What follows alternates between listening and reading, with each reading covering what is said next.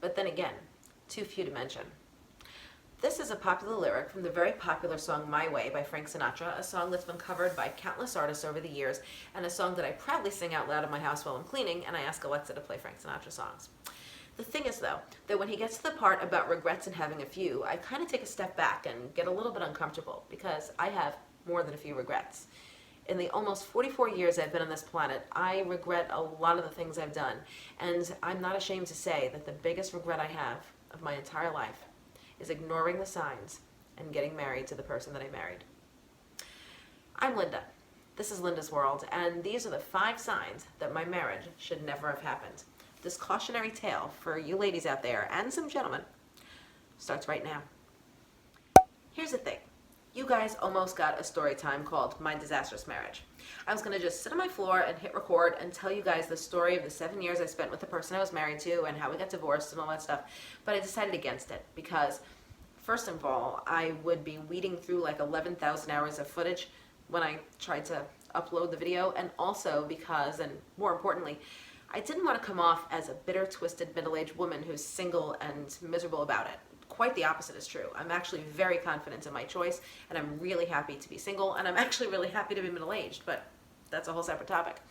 I want to explain to you guys not only what happened to me, but my responsibility in it in not seeing it for what it was and not taking action when I began to see it for what it was, and to implore you that if you find yourself in a relationship, you know, boy, girl, non-binary, it doesn't matter, whoever you are, if you find yourself in a situation that even remotely sounds like mine, the worst thing to do is put a ring on it. And if I've told you this, and if you hear my words, and if you accept them for what they are, and you don't do what I did, then I feel as though my job is done and I can die happily. So that's how much this means to me. So, just saying. Now, I also want to say, before we continue, that there will be a companion piece to this video later on this week. It's going to be called 5 Signs That My Marriage Was Over. So you're going to get the beginning, you're going to get the end, and hopefully in the middle of all that, you'll appreciate my story, and the story time will be complete, just in a better format. So, here we go. Now, a little bit of background, first and foremost. I live in Brooklyn, New York, and I'm a high school English teacher, and my ex-husband lives in a town on Long Island that I will not disclose. He no longer lives there, and he is a person who's self-employed, so he works from his home. I, at the time, had a little dog named Sophia. She was beautiful. She was the love of my life. She was cute. She was very annoying and barky, but I loved her anyway. And he had 2 cats, and they were brother and sister, and they were adorable and so forth. Now, at the time that we started to go out, we started to date on, it was October of 2010, and we met on eHarmony, went out to dinner, embarked in a relationship, and so on and so forth, and we maintained our separate residences. I would go to his house every single Saturday night of my life and come home Sunday afternoon, leaving Sophia alone overnight, which I was always a little uncomfortable with, but whatever, and I would just, you know, spend time with him in his home. I'm going to X out a whole lot of background information about his home. That's a whole separate story time. In any case, we got married on August 30th, 2013. And we got married chiefly for legal reasons. I'm a New York City school teacher. He is not. He didn't have health insurance. I had plenty of it. I, at the time, thought it was a friendly gesture to take the person with whom I was in a relationship and want him to not die. So therefore, I thought that if he married me, he can get my benefits and everybody would be happy. We made the decision not to live together because it would be physically impossible for me to get to my job because I'm a non-driver, and it would be physically impossible for our animals to get together, and also because both of us were sort of non-traditional recluses who really loved being alone in our respective homes. Or so I thought. Okay, so I'd like to begin with sign number 1, which was a camping trip that we took, a camping and canoeing trip actually, that we took in the summer of 2012. Now, I choose this trip specifically to start as number 1, the first sign, because this trip itself is indicative of the behavior of him towards me overall. I just like to give a little bit of a trigger warning about verbal abuse. Okay, I'm not going to say everything that he said, that would take too long, but I'm using this snapshot of us, that's how a picture should look, a snapshot of us on this vacation to highlight the first reason, which was his verbal abuse toward me. So in the summer of 2012, we decided that we were going to go on this. Well, he decided, and I went along to a camping and canoeing trip in Pennsylvania. The deal was that we were going to pick up his daughter from a previous marriage, who was a perfectly lovely girl, and still think no ill will toward her. She's a lovely person. And we're going to go to Pennsylvania, and we're going to canoe down the Delaware River, and then set up camp and like sleep in a tent and like grill hot dogs and chillax in the hammock and whatever, and enjoy nature for a couple of days, and then go home. So we'd been on a camping trip that was moderately successful the year before to Virginia, and I didn't exactly hate it. I'm not an outdoorsman by any means, but you know, it was cool enough. So I was totally fine with this trip. So he instructed me to come to his home via the Long Island Railroad with the smallest possible packing, that I was supposed to bring only the essentials. So the day before, I got my hair blown out at the hair salon, down my block, because I was going to be like without water and electricity for a while. And I actually met a coworker of mine in the place, and I was explaining to her that I was going on this trip. And We Found Love by Rihanna was playing, and I was kind of happy about the situation. So I get off the Long Island Railroad, proud as hell of myself, because I have one little Hollister tote bag, and that's my whole luggage. And like a Coach swing pack with my medication and my house keys, you know what I mean, and like a change of clothes or whatever in this teeny tiny little bag.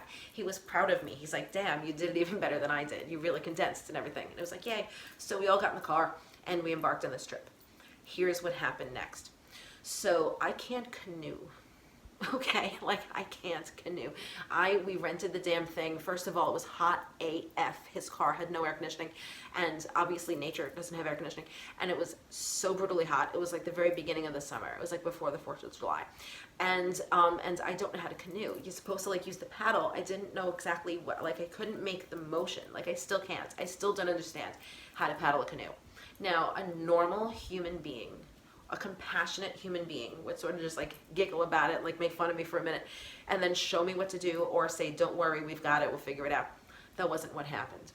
In front of his child, I was browbeaten for 2 days straight about my inability to work a paddle, to the point where I was sitting in the very front, they were behind me on the boat, and so was my luggage. We'll get to that later.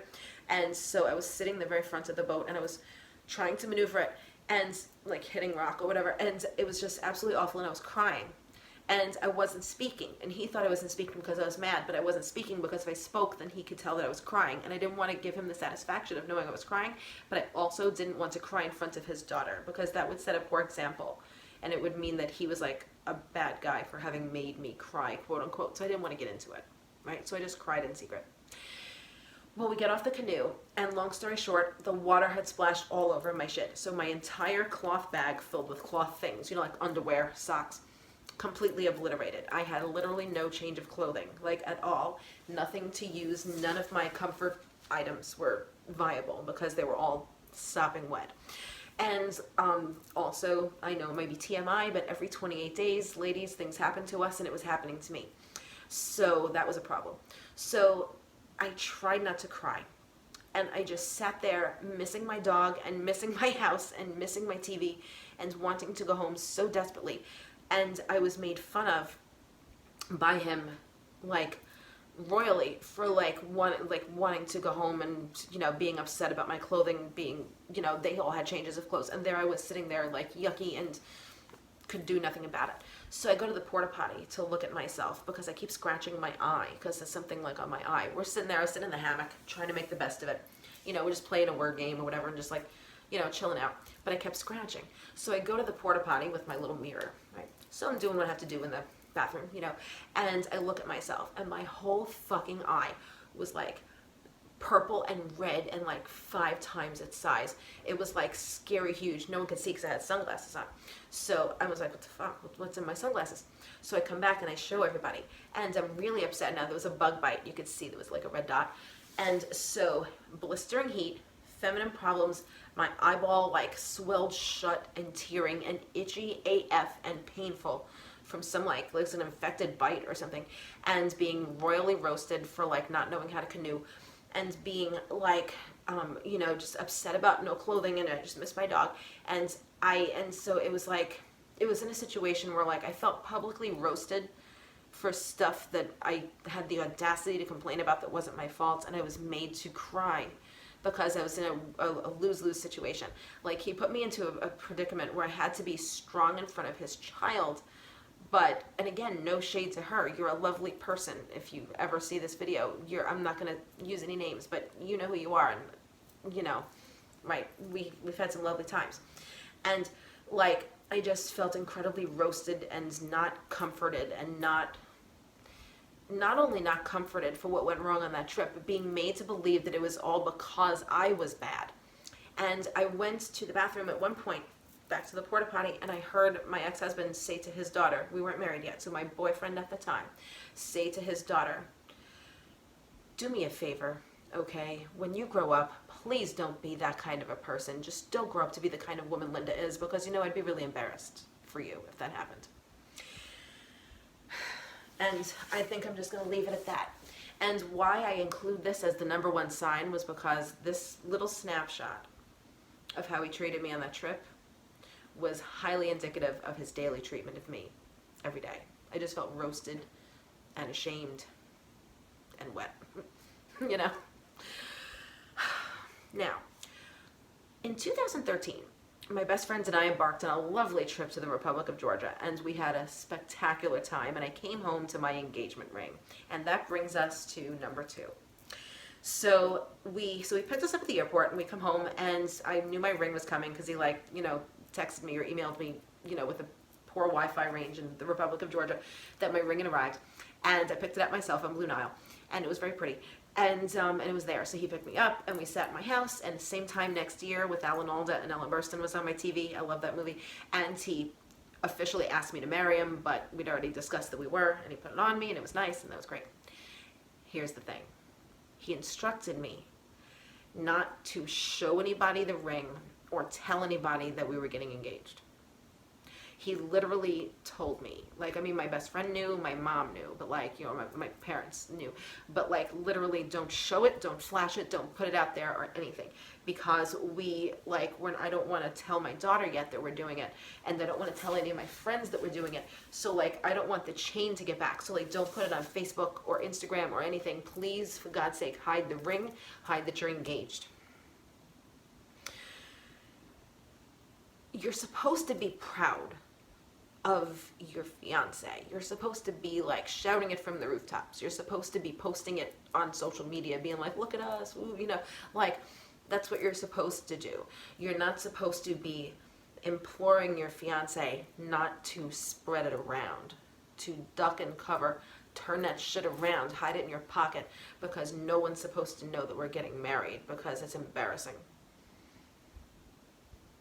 Now, I bring up the ring and the Republic of Georgia because reason number 3 came out.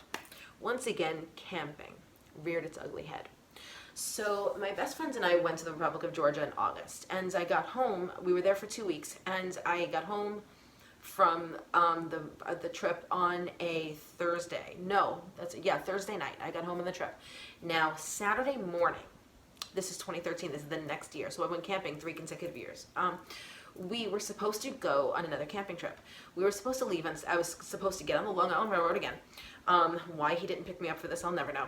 But I was supposed to get on the railroad and prepare to go to his house to go camping on Saturday morning with a couple who was his friend and wife and his daughter and their 2 daughters. So to be like family camping trip. I was the wife involved, right? So there was a person for everybody. And I had literally just gotten home from Republic of Georgia, and I just gotten the ring on. And I don't know if you're aware of, like, the Caucasus region and how far away it is from Brooklyn, New York, but, like, it's like a long flight and it's tiring AF. And I fell into my bed, and I literally just reunited with Sophia the dog, and she was getting a little senior. She was 11, and actually that's when she had arthritis, and she was walking on 3 paws, and I felt really ashamed to leave her and to ask my mother to once again watch her overnight while I did this other trip, you know. But I couldn't say no to the trip because I was supposed to be marrying him, and how dare I deny him a trip when I'd just given my best friend one, and all he was asking was to camp with these people. And I was a little gun shy about camping because of what had happened to me the last time, especially with my eye. And I really didn't care for the way he treated me on the previous camping trip. And I was going to do it in front of more witnesses, and there were children involved, and I couldn't bring my ring. He told me that I was under no circumstances when we got onto this camping trip to express the fact that we were getting married. So to keep it inside. And like, basically, God help me if I said anything, you know. So I didn't. And I took my ring off and I put it in a secured location in my home. And after having been home for 36 hours from the freaking Caucasus region, okay, and like a 13-hour plane trip and my little senior dog, I packed my bag again and I got on the Long Island Railroad and I went and we embarked on a camping trip in Pennsylvania, which wasn't actually half bad. You know, I have to tell you, I actually didn't have the worst time. In fact, his friend was extremely nice to me. And this poor guy, it's so funny, he could see that I was falling asleep. Like, you ever been so tired that your eyes don't even operate in the same time with each other? You know, like rolling back in your head like you're going to be in a coma, right? That's how tired I was. And this guy, I'll call him George, he was looking at me like, I know, man. He was regaling me with tales. We were talking about SNL and having a good time. And I just couldn't take it anymore. And my then fiance put me in the tent and like put me to bed because I was that tired. And actually, I had no trouble sleeping in a tent that night because I was that tired. But the thing was, why this is a sign is because we had literally just gotten engaged, if you want to call it that. And he basically instructed me to hide the ring from these people and hide that we were engaged. And also that he basically was like, he didn't allow me that wiggle room, that like he knew my poor little dog had arthritis and I needed to take her to the vet. And he knew that I had just been away from her for 2 weeks. And he knew that I was tired as hell and I needed a moment before I got back onto other planes, trains, and automobiles to go do any more summer fun. And like, he could have given me that. He could have gone without me and he could have told me to go to bed. You know, he could have told me, reunite with Sophia, go to the vet with your dog and get her arthritis medication. You know, go, shower and unpack and do your laundry and sleep. Lay in bed and stare at the beautiful ring because we're getting married. Like, he could have said that, and he didn't say that. He demanded that I go. Now, I'm the jerk for going. I know. But basically what I'm saying is I hate the fact that I had to do the wrong thing. Like, I regret the fact that that decision was placed upon me. You know, he could have been different. Now, the fourth thing that was a sign that we shouldn't get married, that I shouldn't have married him, is the fact that he was kind of dead set against inviting folks. Now, neither of us were Rockefeller, and we were older at the time. I was 36 years old. If I was 36, that would mean he was 47. So we were 11 years apart. And so and that's something I wanted, by the way. That's not a knock against him. That was great. And it was so like, we weren't about to have like a big shindig and spend $100,000 on some bullshit. Like, so we were just having to keep it small.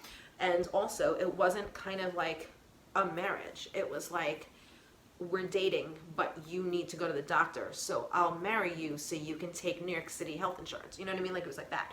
And so, like, it wasn't like a marriage with like, our house is a very, very, very fine house with 2 cats in the yard. Like, it wasn't supposed to be like that.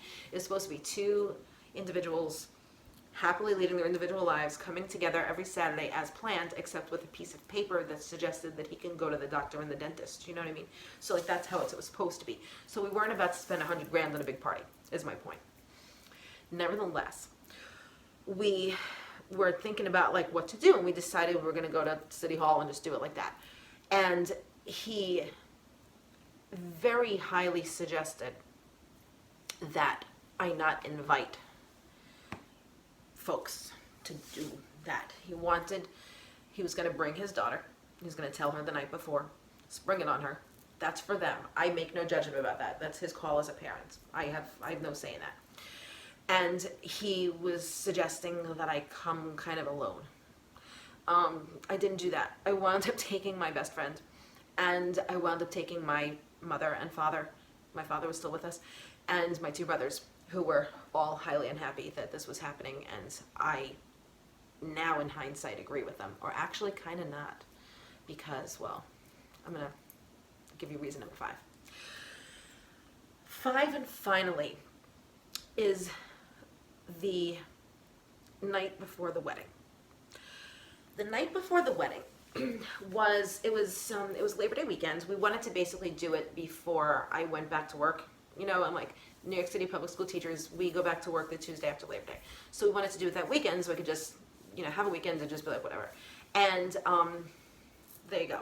So for this, actually, I want to amend what I said. I want to call it the night before the wedding leading up to the wedding day. So like the day in question, the 24 hours of wedding, okay, was my sign, my 5th and final sign, and maybe the most important. So the night before the wedding, my best friend was going to go. So she had this like black like satin skirt that she wears like events, because we don't really dress up, she and I.